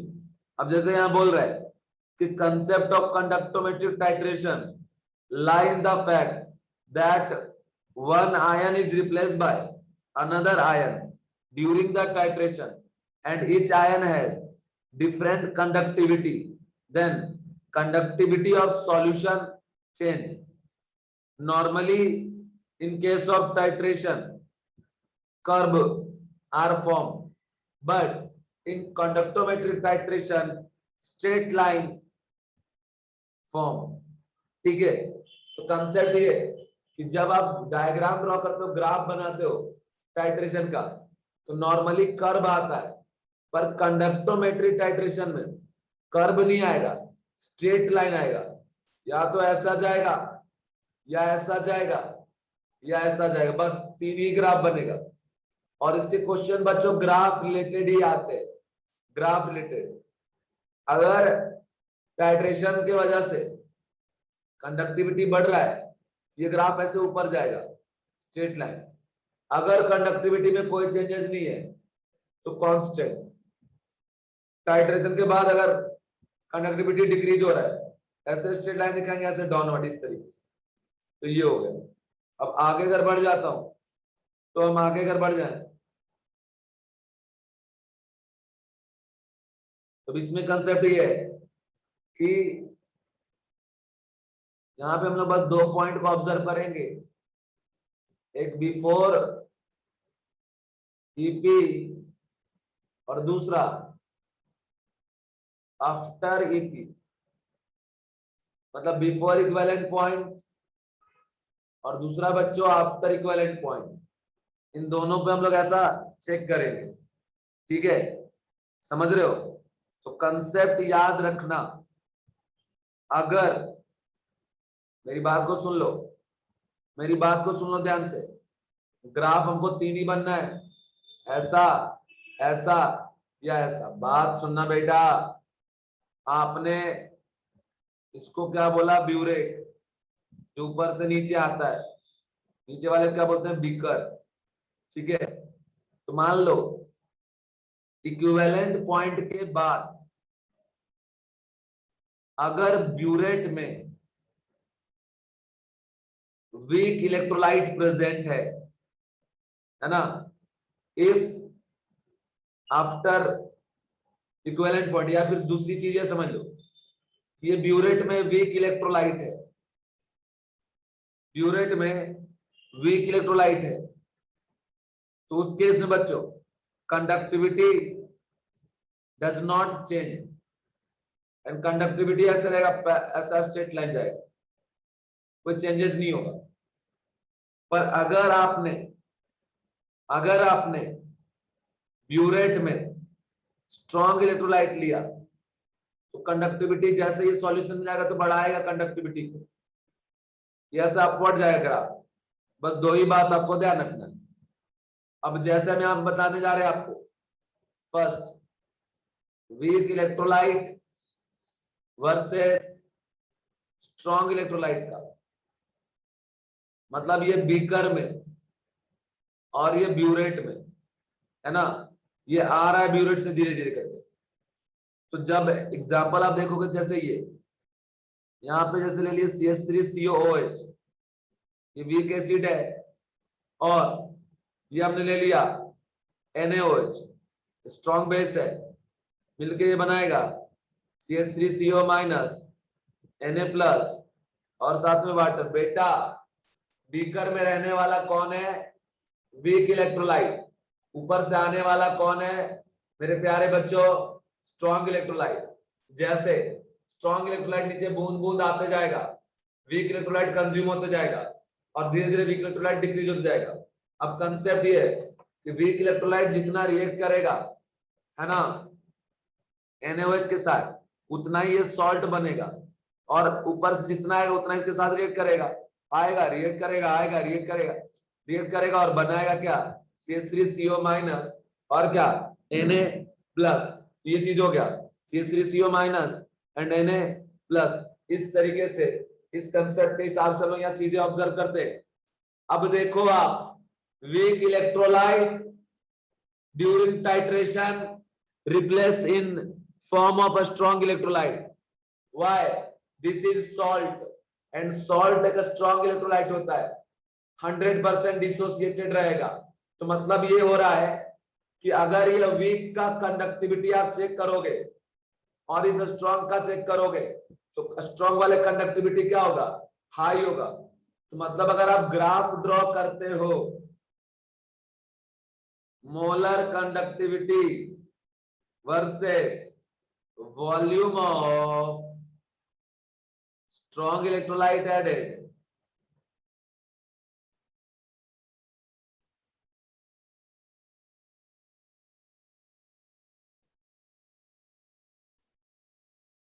तो ये आ गया इधर से कंसेप्ट। क्या आ गया भाई? तो हमने कर दिया ये जो सॉल्ट है ना, उसके हिसाब से week electrolyte versus strong electrolyte. मेरी बात समझ पा रहे हो? आप समझ रहे हो? आप नहीं समझोगे तो मुझे दिल से बुरा लगेगा बेटा, एकदम हर्ट हो जाऊंगा मैं, है ना। इसलिए समझना जरूरी है क्योंकि आपको पढ़ाया जा रहा है लास्ट में ये टॉपिक, है ना। समझो, नहीं तो मुझे लगेगा दिल से बुरा। आप अगर चाहते हो कि दिल से बुरा लगे सर को तो मत समझो। अब देखो ये जो है ये एक वीक एसिड है, जब NaOH के साथ रिएक्ट करेगा तो replace in form of salt, और सॉल्ट एक स्ट्रॉन्ग इलेक्ट्रोलाइट होता है बेटा। सॉल्ट एक स्ट्रॉन्ग इलेक्ट्रोलाइट होता है। तो जैसे वीक से स्ट्रॉन्ग में कन्वर्ट होगा तो ऑब्वियसली कंडक्टिविटी धीरे धीरे क्या होगा? बढ़ेगा। तो बेटा ग्राफ ऐसे स्ट्रेट लाइन अपवर्ड जाएगा, ठीक है।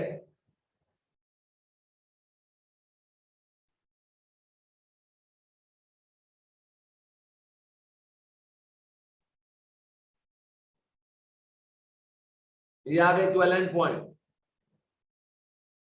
एंड इक्विवेलेंट पॉइंट पे ये दोनों रिलेट करके क्या हो गया? जीरो हो गया। ये जीरो हो गया, सिर्फ क्या बचा? CH3CO माइनस और Na+। ओके बेटा, बेटे दिस इज इक्विवेलेंट पॉइंट। अब बेटा अगर मान लो ऊपर से हम और ऐड कर दिए स्ट्रॉन्ग इलेक्ट्रोलाइट, उसके साथ रिएक्ट करने वाला यहाँ कोई नहीं है, तो मतलब ये हुआ कि ऊपर से कौन आ रहा है? NaOH, NaOH जो टूटेगा तो ये Na प्लस और OH माइनस में टूटेगा, मतलब जैसा ये इधर था Na प्लस और दिस Na प्लस तो कॉमन निकला बेटा, लेकिन यहाँ पे आ रहा है OH माइनस और ये आ रहा है CH3CO माइनस। एंड एनायंस में सबसे ज्यादा कंडक्टिविटी OH माइनस का होता है और कैटायंस में सबसे ज्यादा H प्लस का होता है। इस कंसेप्ट के हिसाब से अगर देखें तो after equivalent point directly NaOH आके ऐड हो रहा है और ये प्रोवाइड कर रहा है Na प्लस और क्या OH माइनस। तो अभी भी और बढ़ेगा मोलर कंडक्टिविटी, लेकिन बढ़ने का रेट बढ़ जाएगा, तेजी से ऐसा बढ़ेगा, तो ग्राफ का जो भागने का स्पीड है ना वो बढ़ जाएगा। चलिए अब आप रिप्लाई करिए, क्या ये आपको ये ग्राफ समझ में आया? हमने आपको पहले ट्रिक बता दिया था कि अगर मान लो ब्यूरेट में वीक इलेक्ट्रोलाइट प्रेजेंट है तो ग्राफ जाएगा ये स्ट्रेट लाइन ऐसा। अगर मान लो ब्यूरेट में स्ट्रॉन्ग है ये जाएगा ऊपर। रीजन भी अब बता दिए, जब ये रिएक्ट करेगा तो वीक वाला स्ट्रॉन्ग में कन्वर्ट हो रहा है, स्ट्रॉन्ग वाले का कंडक्टिविटी हाई होता है इस वजह से। पर जब जीरो हो जाएगा तो आ जाएगा इक्विवेलेंट पॉइंट आ जाएगा, उसके बाद स्ट्रॉन्ग डालोगे उसका कंडक्टिविटी और तेजी से भागेगा।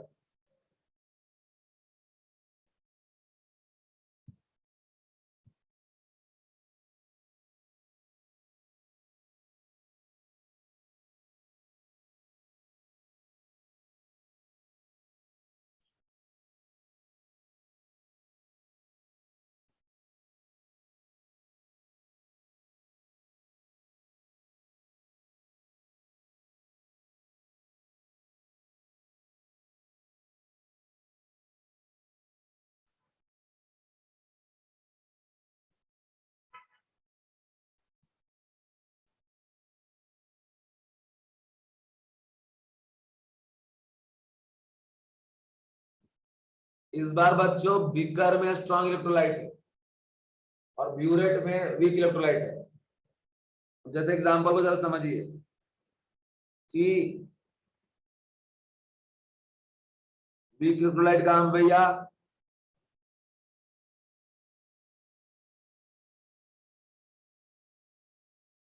ये बीकर में है, ये ब्यूरेट में।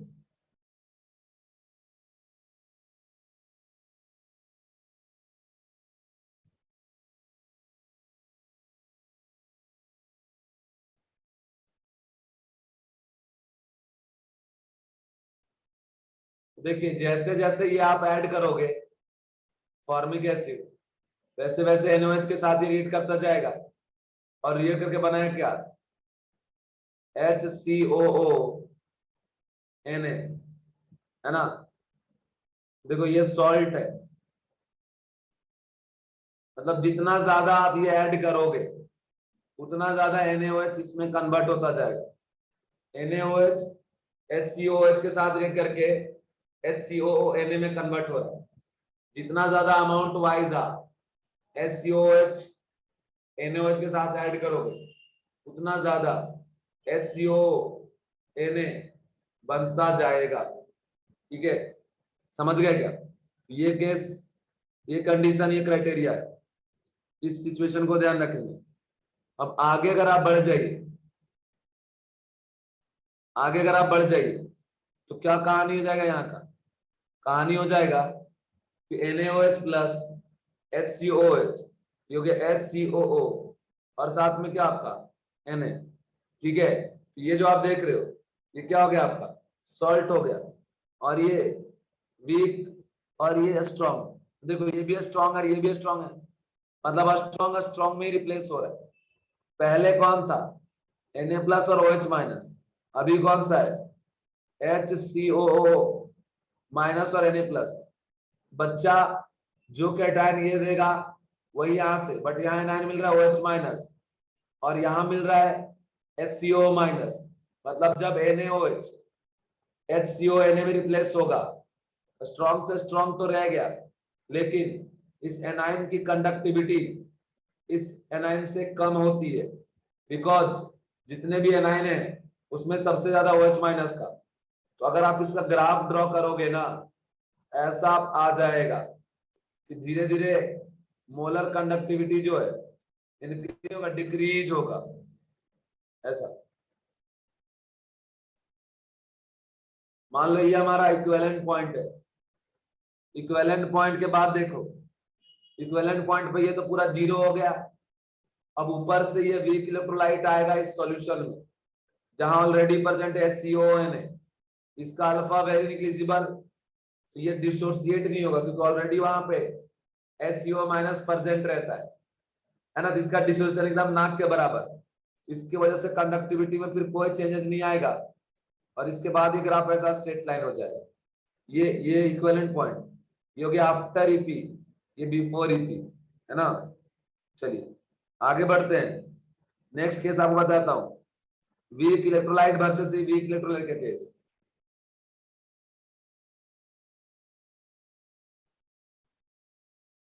Week electrolyte versus weak electrolyte, जैसे आपने लिया HCOH, आपने लिया NH4OH, रिएक्ट ये करेगा, बनाएगा HCOO NH4 प्लस, इस तरीके से। तो बेटा this is weak but after titration converted into क्या आपका स्ट्रॉन्ग। तो अगर आप यहाँ ग्राफ ड्रॉ करते हो molar conductivity versus volume of NH4OH added, तो जब एक वीक स्ट्रॉन्ग में रिप्लेस होगा तो कंडक्टिविटी क्या होगा, बढ़ेगा, और एक ग्राफ ऐसा जाएगा ऊपर क्योंकि स्ट्रॉन्ग का कंडक्टिविटी हाई होता है। एंड उसके बाद जब इक्विलिब्रियम पे, मतलब ये इक्विवेलेंट पॉइंट पे चला जाएगा, मान लो इक्विवेलेंट पॉइंट पे चला गया, इक्विवेलेंट पॉइंट के बाद अगर वीक वाला आप ऐड करोगे ना तो कंडक्टिविटी में कोई चेंजेस नहीं होगा और ग्राफ ऐसे जाएगा, ठीक है। तो बाद में फिर कांस्टेंट, ये हो गया। लास्ट केस आपको बता दूं,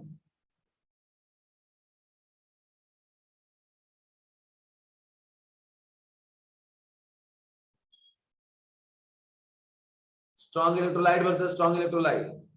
अब यहां देखो KCl प्लस AgNO3 हमने ले लिया, ये स्ट्रॉन्ग इलेक्ट्रोलाइट है, ये भी है, ये बनाएगा AgCl का PPT, ये तो नीचे जाके बैठ गया बेटा प्रेसिपिटेट बन के, इसकी वजह से तो कंडक्टिविटी नहीं आएगा, लेकिन साथ में ये बनाएगा यहाँ पे KNO3, KNO3 की वजह से तो कंडक्टिविटी ऑब्जर्व होगा ही, है ना। बट AgCl का कंडक्टिविटी तो क्या हो गया, जीरो हो गया, AgCl का कंडक्टिविटी ऑब्जर्व तो होगा नहीं।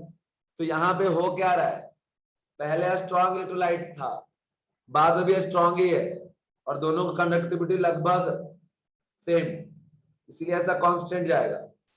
लेकिन इक्विवेलेंट पॉइंट आने के बाद अगर आपने AgNO3 ऐड करना बंद नहीं किया तो बच्चों KCl तो खत्म हो जाएगा, तो जो AgNO3 आप ऐड करोगे वो टूटेगा Ag प्लस और NO3 माइनस में, तो जितना ज्यादा AgNO3 आप ऐड करोगे उतना ज्यादा Ag प्लस और NO3 माइनस बनता जाएगा। इसीलिए ये जो ग्राफ है ये फिर अपवर्ड जाएगा, ऐसे आ रहा है ग्राफ। तो ये हो गया बच्चों हमारा ग्राफ। पूरा ईमानदारी पूर्वक हमने इलेक्ट्रोकेमिस्ट्री पक्का बता रहा हूं बेटा, कोटा तक के कोई दोस्त हो तो नोट्स मैच कर लेना जितना मैं पढ़ाया हूं, है ना।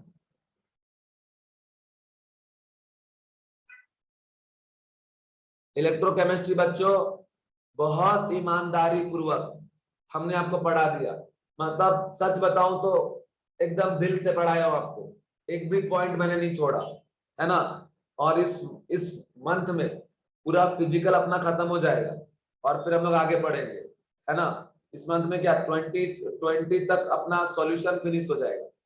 अब आगे चलते बेटा, हमारा जो नेक्स्ट चैप्टर है, चैप्टर का नाम है सॉल्यूशन कॉलिगेटिव प्रॉपर्टी।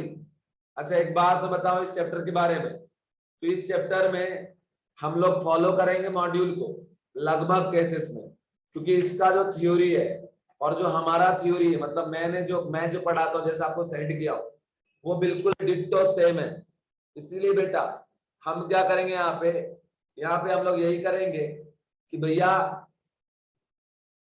मॉड्यूल को ही ज्यादा प्रेफर करेंगे थ्योरी के लिए प्रॉपरली इन दिस चैप्टर। ठीक है, तो ये चीज आप ध्यान रखना।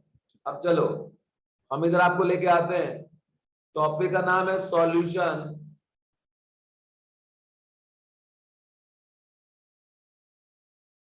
सॉल्यूशन, अब देखिए जो सॉल्यूशन है ना, इस सॉल्यूशन को हम सॉल्यूशन कॉलिगेटिव प्रॉपर्टी के नाम से भी जानते हैं।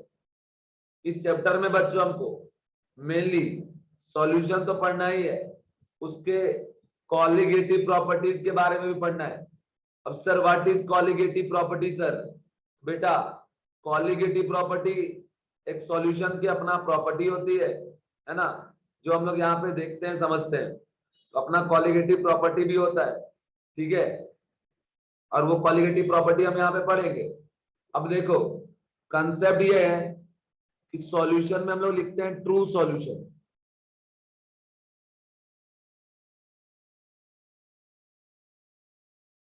What is true solution? सीधे सीधी बात याद रखो बच्चों, आपने सब्सटेंस 1, सब्सटेंस 2 और डॉट डॉट मिनिमम 2 सब्सटेंस को तो मिक्स करो ही, उससे ज्यादा को भी आप मिक्स कर सकते हो। आपने मोर देन 1 सब्सटेंस को मिक्स किया और आफ्टर मिक्सिंग जितने भी सब्सटेंस हैं सभी ने अपनी आइडेंटिटी को लूज करके सिंगल सिस्टम के फॉर्म में एग्जिस्ट करेगा, है ना। तो मतलब वो जो मिक्सचर होगा होमोजीनियसली होना चाहिए, मतलब सभी ने अपने आइडेंटिटी को लॉस करना चाहिए, तो उसको हम लोग बोलेंगे ट्रू सॉल्यूशन। तो कंसेप्ट ये हो जाता है बच्चों कि homogeneous mixture of homogeneous mixture of homogeneous mixture of two or more substance, two or more substance in which individual component, in which individual component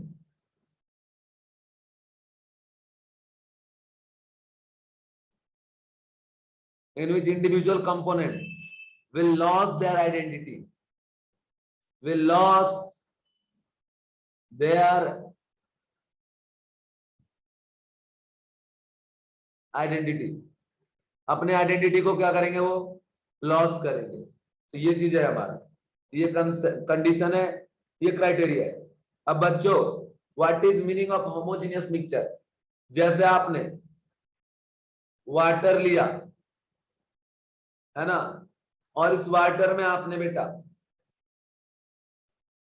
10 gram 1 litre water में 10 gram sugar को dissolve कर दिया, ऐसा पूरे कायदे से 10 gram sugar को आपने डिसॉल्व कर दिया।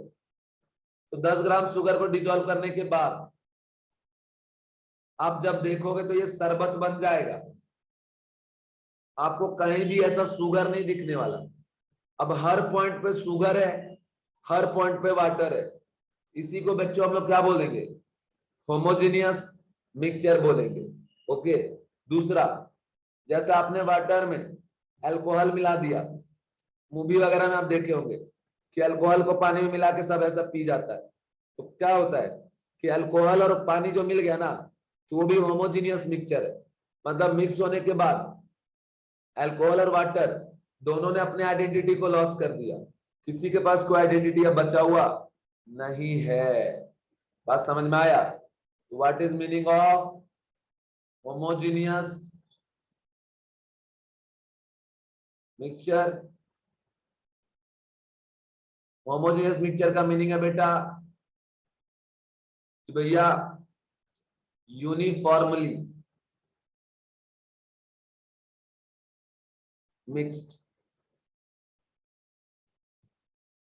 बस यूनिफॉर्मली मिक्स्ड। अब आपको बताता हूं, जैसे लेंथ मेजर करने के लिए हम मीटर सेंटीमीटर कोई भी यूनिट का यूज करते हैं, उसी तरीके से वेट के लिए किलोग्राम का, टेम्परेचर के लिए केल्विन डिग्री सेल्सियस फ़ारेनहाइट का। तो बच्चों सॉल्यूशन को अगर आप एक्सप्रेस करना चाहते हैं, ठीक है, उसके लिए भी एक यूनिट है, यूनिट। अब इस यूनिट का को हम लोग बोलते हैं बच्चों concentration term.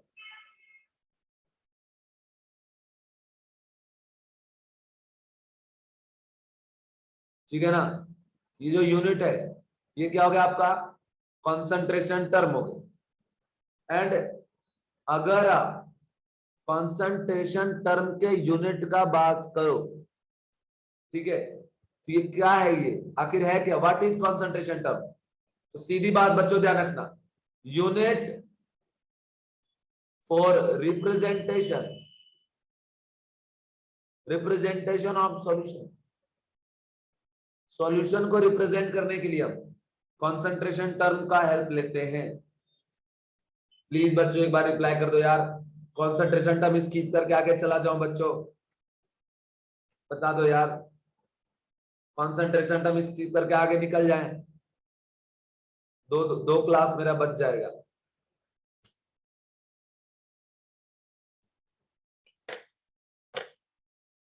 Concentration term skip करके आगे चला जाऊं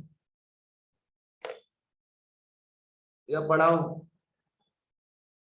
बोल दो, वैसे ही मैं माइंडसेट बना लूंगा अपना, बताओ।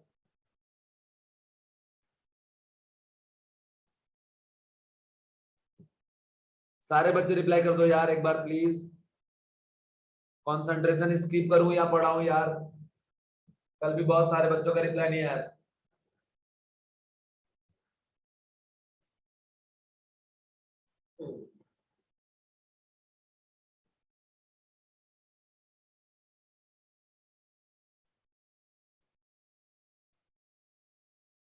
तो बच्चों अब सुन लो मेरी बात,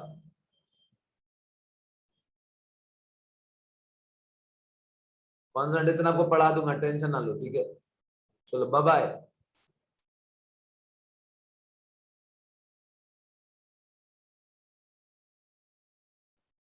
बाय बच्चों, टेक केयर एवरीवन।